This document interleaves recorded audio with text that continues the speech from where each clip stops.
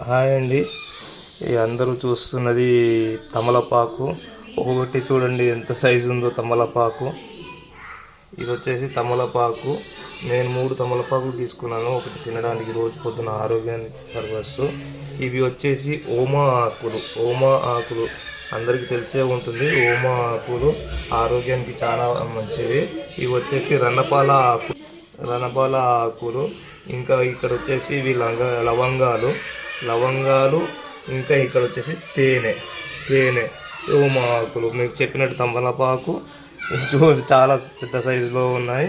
తమలపాకు, రణపాల ఆకు. దీన్ని రణపాల ఆకు అంటారండి. చూడండి, ఇది మధ్యలో ఉన్నది రణపాల ఆకు, ఇది ఓమా ఆకు, ఇది లవంగాలు, ఇది తేనె. వీటి అన్నిటిని కలుపుకొని పాన తినడం, పొద్దున కడుపున తినడం చాలా ఆరోగ్యానికి చాలా చాలా మంచిదండి. రణపాల ఆకు మీకు తెలిసిందే, కిడ్నీలకి మంచిగా పనిచేస్తుంది. ఓమా ఆకు దగ్గుకి బాగా పనిచేస్తుంది. కడుపున తమలపాకు తినడం వల్ల చాలా మంచిది. ఇవన్నీ తేనెని కలుపుకొని తింటే మీ ఆరోగ్యం ప్రకారంగా చాలా మంచిగా తీసుకోవచ్చు. మీ అనిల్ కుమార్.